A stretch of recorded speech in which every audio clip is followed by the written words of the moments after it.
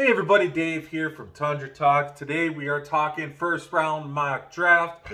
As always, make sure you do subscribe, like, comment on these videos. That way you get notifications when new videos drop. I'm going to start this out by saying again, I'm not a scout. I'm not an NFL scout. What I'm doing is I'm trying to put myself in the minds of the GMs, in the mind of some of these decision makers, and take the fanhood out of it. Yes, I am a Green Bay Packer fan, but I try to remain as unbiased as I possibly can.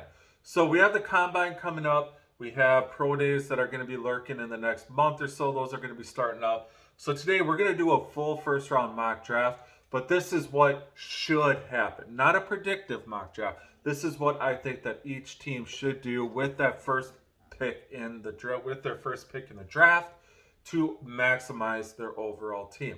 Again, not a predictive mock. This is what I think should really happen if your GM's really looking at how to build this football team. And this is going to be looking at the draft as a whole.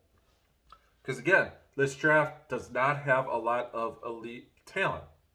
This is a deeper draft, but there's no Trevor Lawrence. There's no Joey Bosa. There's no top flight, oh my God, generational talent. Really, there's not a whole lot of that in this draft, but this is a deep draft class. So without further ado, we are going to get started. So because this is what should happen, Chicago Bears, they're going to want to trade back. But again, this draft class, again, isn't polarized. So what are you really going to get? What are teams really going to offer? And if you're a team like the Houston Texans or the Indianapolis Colts, who are the most likely trade out options for the Bears so they can stay within range, is Bryce Young or CJ Stroud or Will Levis really worth giving up an extra first round pick to go get? And my answer to that question is no. There really isn't. So I don't think the value for the trade is going to really be there. So what I am doing, if in that case, if I'm the Houston Texans or the Indianapolis Colts, maybe if it's a second round pick or something like that, and you do a swap, fine. You can make your peace with that. But I'm not giving up a whole lot for it, and I don't think the Bears are going to accept it. So in that case, the Bears should take Jalen Carter at number 1. There you go. The Houston Texans stay put. Bryce Young goes number 2 to the Houston Texans. He's my number 3 quarterback. Go back, listen to why. Not, don't just go, oh, this guy doesn't know what he's taught. There's a reason behind it. It's his size. He's decent arm strength, decent athleticism.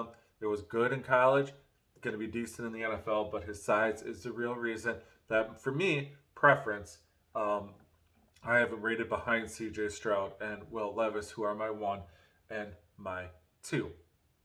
Now you get to the Arizona Cardinals. This goes very simply as well. Will Anderson Jr., edge rusher. Cardinals, they need something up front. J.J. Watt's gone. Zach Allen is a free agent. You do got Myjai Sanders and Cameron Thomas, I believe, who you drafted last year. That's not going to stop you from trying to draft an elite-style edge rusher right there, Will Anderson. Now you get to the Indianapolis Colts. Will Levis is the pick there for Indianapolis. Right there, you're stayed put at 4. You still got your guy because you know that no matter what, the Bears and the Cardinals, well, most likely the Cardinals are going to stay in that 3rd pick. Maybe they would trade back if they get a mother load offer, but I don't think they're going to want to miss out on getting one of the elite players in this draft. So that's why I think the Colts can sit there at 4 and just say, well, you're going to have 2 defensive players, so it's either we're going to get Bryce Young or we're going to get Will Levis. If we're good with either of them, why give up anything extra? So Will Levis right there. Now I get to the Seattle Seahawks. They also have to pick 20. So this is going to be really interesting on how we handle it. With the way that this draft fell, Geno Smith had a really nice year last year. But again, it's 1 year. He's been a journeyman guy. Are you fully buying into that 1 year? Is this because he was around here with Russell Wilson the year prior? Is he somebody that you feel is going to be here for the next 5 to 7 years as your quarterback or not? This is where CJ Stroud comes off the board here because you do have DK Metcalf, you do have Tyler Lockett, you have Kenneth Walker, Charles Cross, and Abraham Lucas right there. you have set your offense up for a lot of success. And you still have another pick in the first round. So you can look on the defensive side of the ball there. But right there, CJ Stroud, just too good a value, in my opinion, to pass up at that point. Detroit, you could go a lot of different ways. Tyree Wilson is an option at this pick. I'm not going to go that route because you have Aiden Hutchinson. Houston last year had a nice year. Josh Pascal. Devin Witherspoon right there. You need to find that guy opposite Jeff Okudah. And you don't know if Jeff Okudah is going to be that long-term answer. He had a nice year this last year. But, again, he's had a lot of injuries over the first couple years of his career. Can you count on him? I don't know. Then you go to the Las Vegas Raiders. So you got Max Crosby locked up. You still got Chandler Jones. Hopefully you can get something out of those guys. I really feel like this could be secondary or it could be offensive line. The secondary, I think, it's pretty deep as you get into day 2 of this draft. I think offensive line, you have the top 3 guys. And after that, I feel like there's a little bit of a drop-off. Not much, but I feel like there's a difference between Skoronski, Johnson, and Broderick Jones as opposed to Darnell Wright, DeJuan Jones, Jalen Duncan, or whoever you're going to have as offensive tackle, 4, 5, 6, 7, and so on. I got him going Peter Skoronski just because he's got that guard tackle versatility.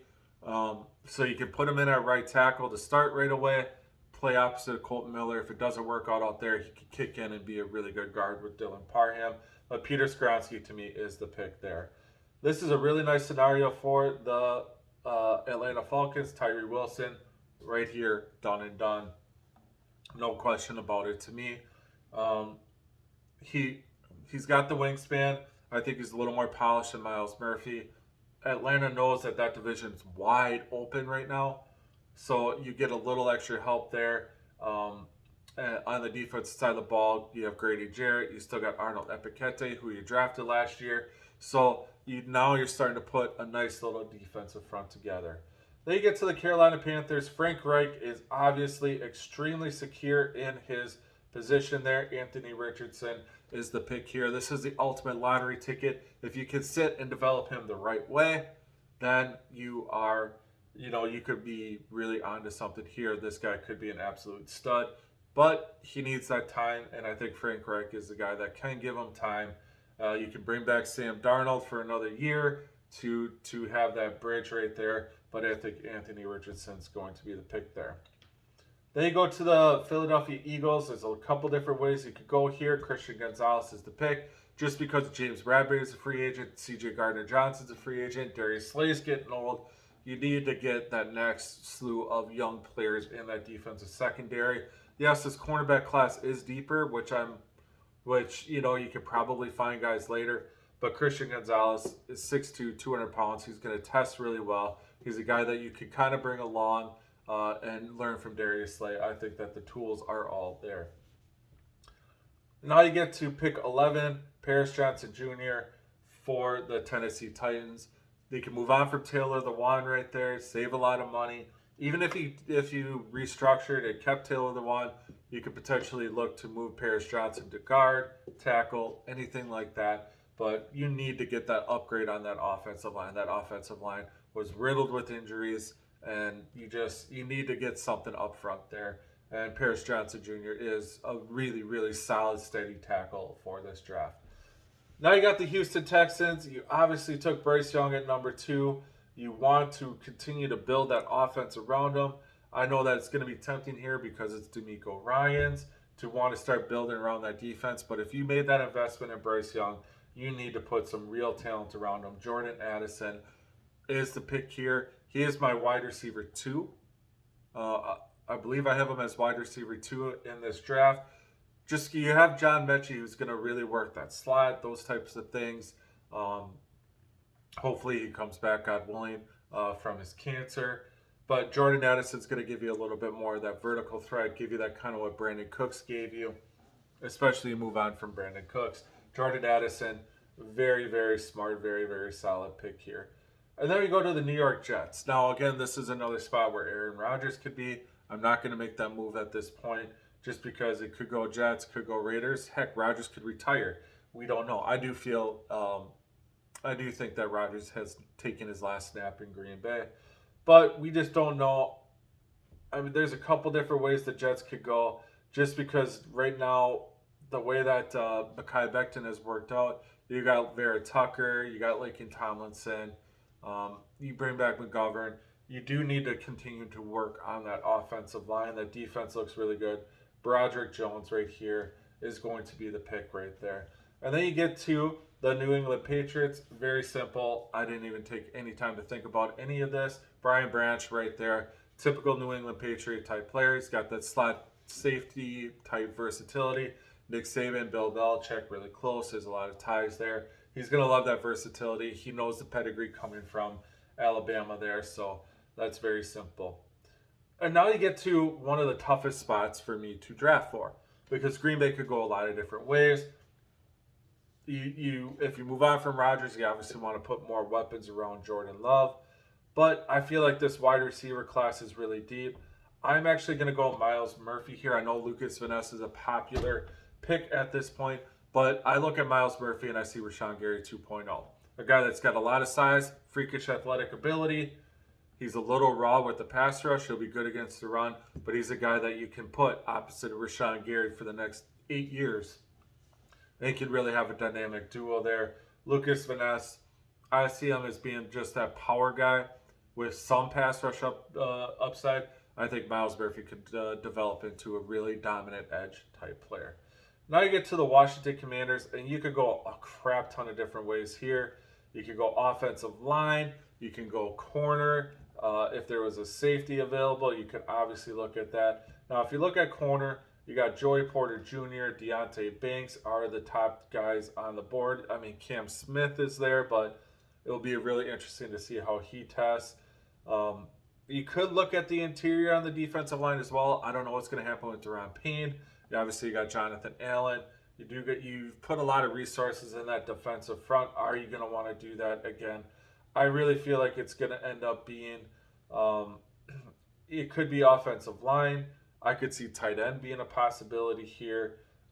So I'm actually, this is a sneaky Michael Mayer landing spot. Yeah, you got Logan Thomas, but he's a guy that's been hurt a lot. You get that nice quality tight end, especially a Michael Mayer, who is a good blocker, good receiver. You got Brian Robinson. You got Antonio Gibson, more power guys. I'm actually going to go Michael Mayer there. I think they're going to try to put the pieces around Sam Howell. You got Terry McLaurin. You got Jahan Dotson, Curtis Samuel. Now you're adding a really nice tight end. And then you get to the Pittsburgh Steelers. And there's a couple different ways you could go here. You could go offensive line, but the offensive linemen have been picked through. I think there's definitely a drop-off after Broderick Jones before you get to Darnell Wright, before you get into those other guys. And a very popular pick here I've seen is Joey Porter Jr. Obviously, there's that family tie there. Brian Brzee is a guy that I'm also going to really consider, and I'm going to talk through this one with you. The reason is Cameron Hayward's starting to get older. You have TJ Watt. Highsmith has been a really nice edge guy for you. I think this cornerback class, you're going to be able to find guys later on in this draft that can really step in. But I think the interior defensive line class is weak enough, and I feel like Mike Tomlin's a guy that can really look at a guy like Brian Brzee with his physical ability and understand his sister died last year from brain cancer. It's hard to separate that emotion when we're trying to play football. That is something that I mean, there's got to be a lot of accident forgiveness. I know as an evaluator, if I'm looking at that, I'm going to give a lot of accident forgiveness there because you have a tragic loss in your family.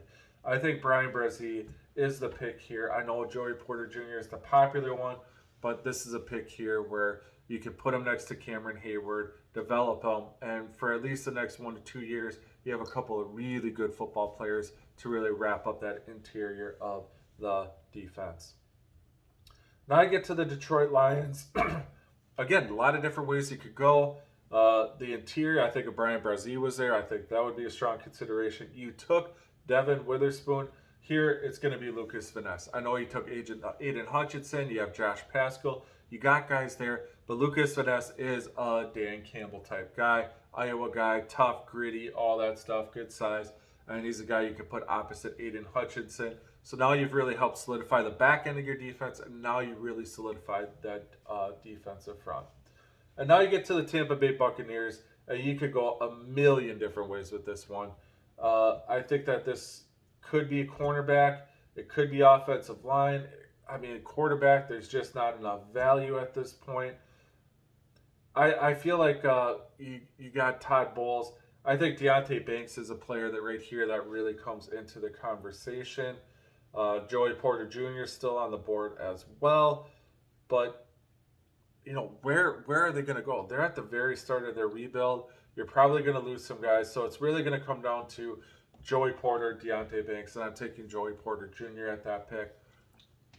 He's a really physical player, really kind of fits in with the Todd Bowles style defense. And now you get into the Seattle Seahawks here. You took CJ Stroud, and now you have to start thinking, okay, what are you going to do on the defensive side of the football? Because you need to find ways to get after the quarterback. And so what are you going to do here? This is where Nolan Smith comes off the board for me. Explosive edge rusher, kind of that Bruce Irvin who they drafted in the past. But he's a guy that he plays solid against the run. He gets after the quarterback. So this could be a really nice pick here for him. And now you get into the Los Angeles Chargers. There's a couple different guys that you could go with here. You could lose Keenan Allen, so you need to figure something out there. Quentin Johnston's going to be the pick here. Add that vertical threat, more of that vertical down the field threat to go along with Mike Williams at this point if you move on from Keenan Allen. Then you get into the Baltimore Ravens. There's a lot of different areas that you could go here. They've always had a lot of injuries. Obviously, what's going to happen with Lamar Jackson is going to be key. Now, they've swung and missed on a lot of these wide receivers. This is where I'm actually going to go Jackson Smith and Jigba, because he is going to command the middle of the field. He's going to be that really nice kind of over-the-middle guy that whether it's Lamar Jackson or Huntley or whoever they bring in, he's going to be a guy that's going to be able to really work the middle of the field. And hopefully Rashad Bateman stays healthy and you can really have something cooking there. And then you get to the Minnesota Vikings. I'm going to go Deonte Banks here. I think this is a really reasonable spot for him to go. I think he is going to go day one of the draft. And so this is to me a very, very easy type pick right here. Now you go to tight end. I don't know or you go to Jacksonville. And what's going to happen here with Evan Ingram? Are they going to keep him? Are they going to move on? Because if they move on, Dalton Kincaid, Luke Musgrave could be an option there. There's not a ton on the offensive line here that I really love. You could look on the defensive side of the ball as well. I'm actually. This is not an easy decision, to be honest with you. This is really a tough decision. I'm gonna actually go with. I'm torn between Dalton Kincaid and Luke Musgrave at this point, and Trevor Lawrence. Dalton Kincaid's a little bit of an older guy. I'm gonna go with Dalton Kincaid. I think he's gonna be a little more ready to contribute right away. Tight end is a nice spot. Is a nice potential spot here to go. Again, giving Trevor Lawrence that player that you really, really would like. And now you get into the New York Football Giants. There's a couple different ways you could go here. I'm actually thinking it's Brian Daboll. So what do you want? Down the field threat, right? And there's no better down the field threat here than Jalen Hyatt. That's going to be the pick here. You have Wan'Dale Robinson that could go over the middle. Isaiah Hodgins is a bigger player right here. Now you get that nice vertical threat. You got Daniel Bellinger. If you bring back Saquon, now you're really starting to cook with some fire right there. You get the Dallas Cowboys. A lot of different ways you could go there. You got CeeDee Lamb. You could look at the cornerback position, see what's all out there. And that's really kind of picked through unless you want like a Cam Smith or Keely Ringo's kind of fallen out of favor. Jalen Jones as well is a nice player that you could look at that could sneak into the back end of round one. You also need to look at more pass rush as well. You got Demarcus Lawrence is starting to get a little bit longer in the tooth. So are you going to look at more of an edge rusher? There's one guy that I really love in this draft. You also got linebacker. Leighton Vander Esch is a free agent. So right here, I'm actually going to go Drew Sanders. He's a longer linebacker like a Leighton Vander Esch here. Would be a really nice player put in the middle of that defense. He can get after the quarterback. Him and Micah Parsons would be a really dynamic 1-2 punch. If the draft falls this way as well, you got the Buffalo Bills at 27. I would run this card to the podium. This would just be the easiest pick in my mind. Bijan Robinson. Now you have Stephon Diggs, Gabe Davis, you have Isaiah McKenzie, you have Dawson Knox, you got Josh Allen, and now you throw a dynamic, big-time running back like Bijan Robinson. Very, very simple, very, very easy pick. And now you get into the Cincinnati Bengals. This again, you could look on the defensive side of the football. Here, this is going to be what should happen. I got John Michael Schmitz here. He is a guy that, you're in a window where you need guys that can come in and improve your team right now. There's no better interior guy than John Michael Schmitz. He is a day one starter at that center position. Lock it in. Done and done. I mean, he dominated at the Senior Bowl. He's got the experience. He's got everything that you're looking for from an offensive lineman. And now you get to the New Orleans Saints. Now, again, Demario Davis is starting to get older. What are you going to do on offense? There's really no quarterback here that is worth taking, obviously. There's been a huge drop-off. You got Alvin Kamara. There are some questions there with what's going to happen with him long-term. You have Jahmyr Gibbs sitting there. Offensive line, that could be a potential thing as well. But like I said, I think that there are some defensive players that are starting to get long in the tooth, and this could be an opportunity. And you missed on Peyton Turner. You're losing Marcus Davenport, so you're going to probably want to look to fill that one as well. Keon White here, he's a guy that could rise a heck of a lot higher in this draft process, the edge rusher from Georgia Tech. But right now, I kind of have him in this late first round range. When I've watched him so far, he wins with a lot of effort and a lot of power. It's going to be interesting to see, is he going to be able to develop off of that? But Keon White right there to put with Cam Jordan. He's a natural replacement for Marcus Davenport, and you're good to go right there. Now I got the Philadelphia Eagles. You went right there, Christian Gonzalez at pick 10. Here, Kalijah Cansey from Pittsburgh. You put him next to Jordan Davis. Very simple, easy transition here. And then the Kansas City Chiefs, the rich just seem to get richer. They have some questions on the wide receiver position. Zay Flowers is going to be the pick right there. So if you're keeping track, again, this is not a predictive mock as to what I think will happen. This is a mock draft that I am looking at as excuse me, as what could or should happen. So what I have, again, just to break it all down for you, Jalen Carter, pick 1 to the Chicago Bears. Bryce Young, pick 2 to the Houston Texans. Pick 3, Will Anderson for the Cardinals. Pick 4, Will Levis to the Indianapolis Colts. Pick 5, CJ Stroud to the Seattle Seahawks. Let him develop under Geno Smith for a year. Devon Witherspoon, cornerback from Illinois, number 6 to the Lions. Peter Skoronski, number 7 to the Raiders.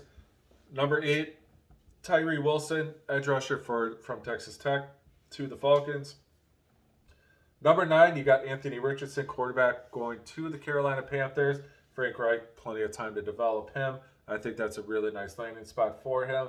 Christian Gonzalez, the cornerback from Oregon, going to the Philadelphia Eagles at 10. Paris Johnson Jr., 11 to the Titans. Jordan Addison, going to the Houston Texans at pick 12. Broderick Jones, the tackle from Georgia, going 13 to the New York Jets. 14, Brian Branch, Alabama. Pick 15, Miles Murphy to the Green Bay Packers. Pick 16, Michael Mayer, the tight end from Notre Dame, going to the Washington Commanders. Yes, I think that's a sneaky need for the Commanders. Brian Barzee to the Pittsburgh Steelers here. Nice compliment there to Cameron Haywood, developed there. Lucas Van Ness, edge rusher, going to the Detroit Lions there at pick 18. You get someone in the back end, front end to continue to build out that defense. Joey Porter Jr. going to the Tampa Bay Buccaneers at 19. They are losing some guys in the secondary. They need to replenish, and there's no quarterback worth taking at this point. Nolan Smith, edge rusher from Georgia, going 20. Right here, you get a really nice edge rusher. You didn't take Tyree Wilson at 5, but you get a really nice player, Nolan Smith, at pick 20. Quentin Johnston going 21 to the Chargers. You might be moving on from Keenan Allen. You got Mike Williams. You need to make sure that you have something there. Quentin Johnston would be a nice fit. Jackson Smith and Jigba going 22 to the going to the Baltimore Ravens. We said the Ravens, they need someone outside of Mark Andrews to really consistently catch balls, and Jackson Smith and Jigba is going to be a really solid day one guy for you. Deonte Banks going number 23 to the Minnesota Vikings, cornerback from Maryland. I think that's going to be a really nice fit there. In the 24, you have Dalton Kincaid going to the Jacksonville Jaguars. This is, if they keep Evan Ingram, this could switch around. But Dalton Kincaid is a ready now tight end as a pass catcher, and will give Trevor Lawrence just another really good weapon to have to build around. Jalen Hyatt going number 25 to the New York Giants. You have Isaiah Hodgins, Wan'Dale Robinson right there. So this would be a really nice, different type of piece to put with Daniel Jones, assuming Daniel Jones is back. 26, I got Drew Sanders, linebacker from Arkansas, going to the Dallas Cowboys. You might be losing Leighton Vander Esch. I'm not 100% sure what's going on with that situation. But Drew Sanders is a long, rangy, good rusher as well. Him and Micah Parsons could be a really, really fun paired together. Bijan Robinson, 27, to the Buffalo Bills. Running back from Texas. Just, that was so simple. John Michael Schmitz to me. To the Cincinnati Bengals, center from Minnesota. I think he's going to end up being a day one guy. He did awesome at the Senior Bowl, and I think that's going to be a really day one nice fit there for the Bengals. Then you got pick 29, Keon White, edge rusher from Georgia Tech. I know that he could have a lot of helium, but right now with what he is, until we really see the testing numbers, this is a good spot for him. Kalijah Kancey, interior defensive lineman from Pittsburgh, going to the Philadelphia Eagles. He's a little bit smaller, but you got the Jordan Davis, and then you get a guy who's more of a quick twitch, up the field penetrator. Would be a nice compliment. And then Zay Flowers, wide receiver from Boston College, going to the Kansas City Chiefs. The rich get richer that way. So, again, make sure you subscribe, like, and follow for more content. Again, this is not a predictive mock. This is what really should happen when it comes out over the course of this draft process. Now, everything's going to change, obviously, as we get the combine, as we get pro days going. But right here, this is just a fun little thing to put together for you leading up to the combine. Again, subscribe, follow, leave comments. Let me know what you think. Have yourself a great day.